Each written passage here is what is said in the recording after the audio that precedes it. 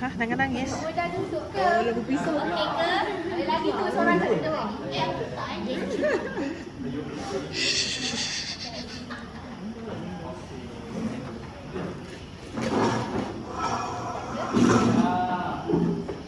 Okey dah. Korang semua semangat lagi tak ni? Semangat! La ilaha illallah. Bokok gila. Sampai tak fakulti kan? Korang semua semangat tak? Semangat! Korang tahu tak tajuk teaternya apa? Tak tahu, Bonto. Miss je tahu. Korang semua tak tahu ke? Tahu, dah baca. Okey, korang semua pernah rasa macam hidup ni stuck tak? Macam tak tahu nak buat apa. Selalu. Dah cuba macam-macam tapi still tak tahu nak buat apa. Betul. Betul? Kadang-kadang dalam keadaan paling buntu itulah hadir seseorang yang mampu ubah cara kita melihat hidup dan diri sendiri. Oh. Jadi teater buntu ini akan membawa kita menyelami perasaan tersebut. Jadi mempersembahkan teater buntu. Woo!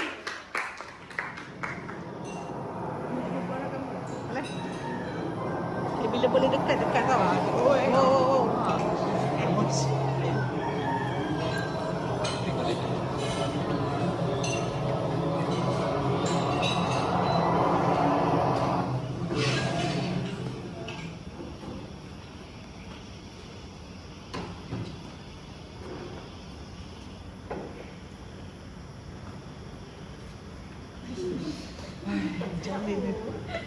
Apa nak jadi dengan aku ni? Tiada hala tuju. Setiap kali aku tengok iklan kerja, semua tu macam tak kena dengan aku. Aku dah habis belajar, tapi kenapa rasa macam tak ada tempat untuk aku? Kenapa Nina? Ada masalah ke? Pakcik tengok kamu dari tadi termenung saja. Tiada apalah pakcik, saya okey saja. Ni, tengah scroll TikTok. Yelah tu. Memang kamu scroll-scroll. Tapi fikiran kamu tu nampaknya dah terbang ke langit gambarnya. Cerita. Betul lah tu pakcik. Saya sebenarnya tengah rasa buntu. Saya tak tahu nak buat apa dalam hidup ni. Walaupun saya tahu perjalanan saya panjang lagi. Tapi semua tempat yang saya mohon pekerjaan, semuanya ditolak. Saya ingat selepas degree, semuanya akan baik-baik sahaja. Saya rasa nak putus asa. Oh, kalau macam tu nak kahwin? Ish, pakcik ni. Ada ke patut pakcik ajak saya kahwin? Pakcik tu kan lelaki. Kita sama-sama lelaki, mana boleh kahwin? Kalau pakcik ni bila sejanda anak satu, mungkin saya boleh pertimbangkanlah. Apa yang kamu merapik ni? Kenapa pula pakcik nak kahwin dengan kamu? Bukannya itu maksud pakcik. Maksud pakcik, kamu tak nak kahwin ke? Ada pasangan, tapi bukan dengan pakcik lah. Pakcik, saya ni mana ada calon. Dah kalau kerja pun tiada, macam mana nak kahwin? Kalau main kahwin-kahwin, bolehlah. Anak muda sekarang mudah sangat putus asa. Tak macam generasi kami dulu-dulu. Lagi payah susah. Kamu semua sekarang ni banyak dah kemudahan. Telefon dah ada. Semua benda di ujung jari. Betul juga cakap pakcik.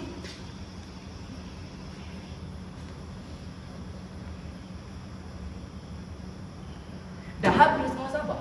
Ya Allah pakcik, nasib tangan saya tak melayan ke muka pakcik tadi. Sampai hati kamu nak pukul pakcik yang tu. Lagi tak bermaya ni. Perasanlah Pak Maon ni. Itu expression sahaja. Ekspresi on. Pakcik janganlah salah faham. Ya, pakcik tahu tu. Okey sini. Pakcik cerita. Boleh je pakcik. Tapi Takkanlah satu cawan kopi saja. Pak Maun belanjalah. Makanan ke, kuih ke, air sirap Bandung pun best juga. Macam kadang engkau ya? Ha, yelah, sekejap.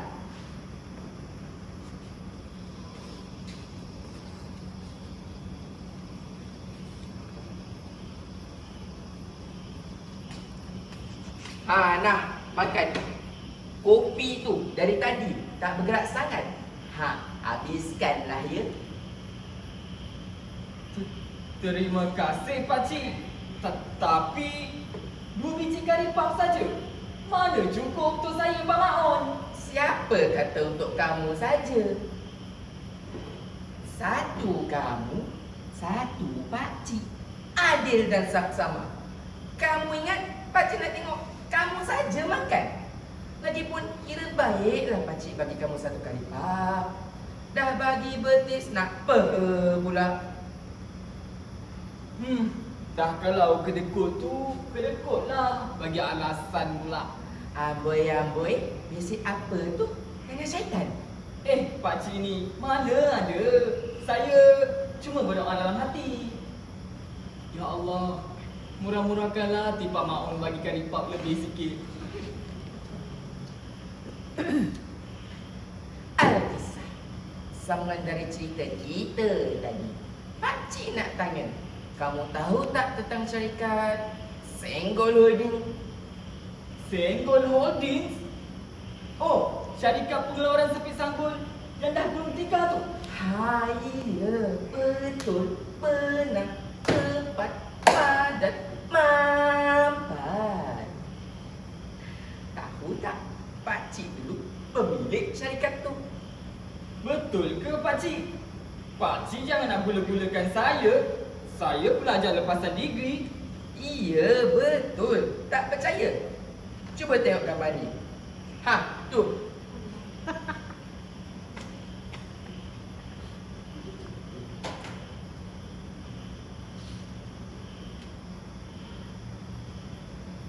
Macam lain je. Kalau dalam gambar ni nampak kurus, segak, kacak. Pakcik pun dulu pernah muda seperti kamu. Penuh cita-cita yang tinggi. Sebelum pakcik tubuhkan syarikat tu, pakcik pun banyak kali gagal dalam percubaan nak membina nama dan sebuah empire dalam bidang perniagaan. Mereka ingat pakcik tak mampu, sehingga pakcik ditipu, disindir, bahkan ditolak.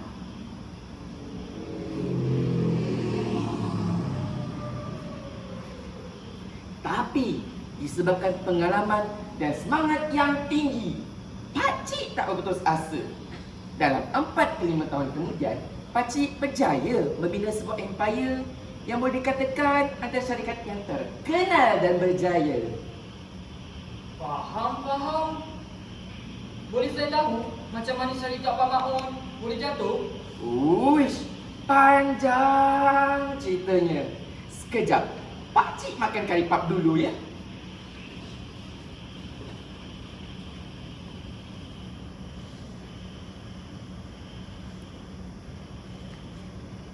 Mana kari pap aku? Tadi pakcik rasa ada 2. Ini semua lesap, licin, pinggan. Saya minta maaf pakcik. Pakcik syok sangat bercerita.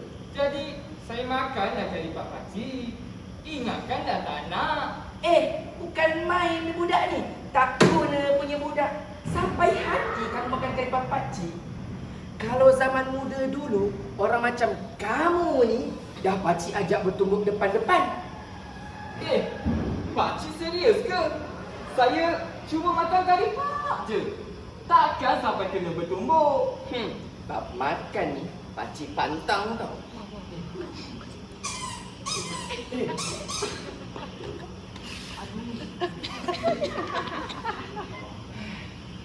Kamu dah makan, nak buat macam mana kan? Sambung bercerita pakcik. Baiklah, adatnya Bila kita berada di atas, maka tak mustahil kita akan jatuh balik. Nak dijadikan cerita, pakcik sendiri pernah mengalaminya. Rakan kongsi pakcik nampak baik, pandai berurusan dan sebagainya. Tapi rupa-rupanya dia nak ambil kesempatan saja. Dia seleweng bercarikan pakcik demi kepentingannya sendiri. Lepas tu, apa jadi pakcik? Disebabkan perbuatan dia tu, syarikat pakcik akhirnya jatuh. Duit syarikat yang diselewengkan tersebut lambat laun sangat memberi impak kepada cash flow syarikat. Pada mulanya memang nampak sikit, tapi semakin lama semakin banyak. Kesian Pak Mahmud. Saya turut bersimpati. Tak apa, pakcik okey sahaja. Lagipun benda dah lepas.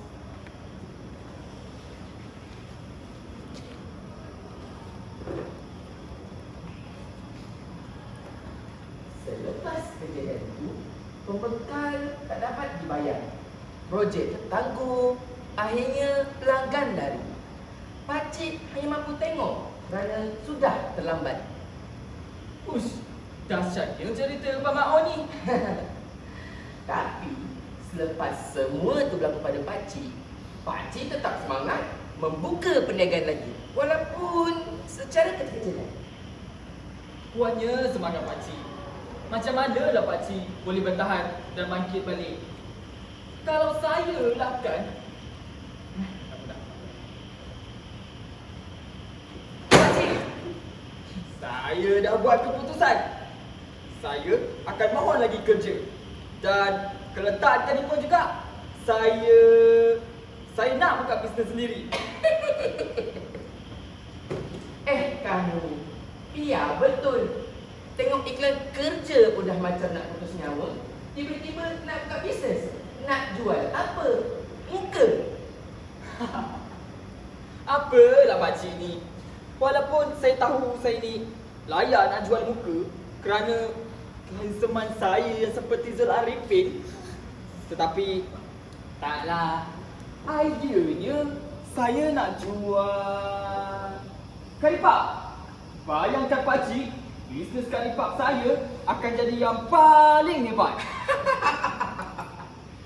Usahawan karipap. Kamu ni betul-betul nak jadi tokek karipap. Tengok karipap pun dah meleleh air liur, tiba-tiba nak jual karipap sendiri. Nanti belum jual, dah habis dah dimakan kamu.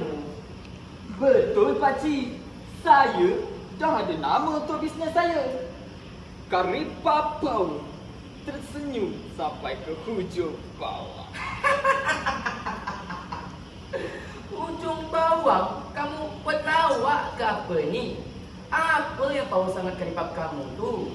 Isi penuh motivasi ataupun sebab penuh sangat pawang itu?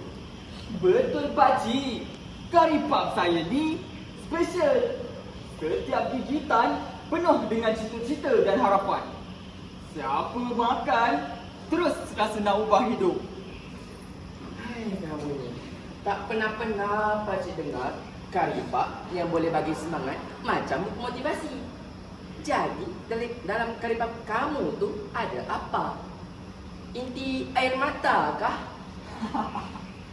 Taklah pakcik. Karipap saya ni inti dia special. Ada bawang sebagai sumber inspirasi, kentang kejayaan dan sedikit perisa. Jangan cepat putus asa. Apa yang penting? Kerjasama. Salah. Hai kamu ni. Baiklah. Kalau kamu betul-betul tekad nak buka bisnes nanti, jangan lupa tentang satu perkara penting. Apa dia Pak Maun? Kalau beribu kali gagal pun, kita kena bangkit balik. Jangan mudah putus asa dan jangan mudah percaya orang. Ingat pesan pakcik ni nak. Zaman, kamu tak bayar bumi lagi. Kamu pun.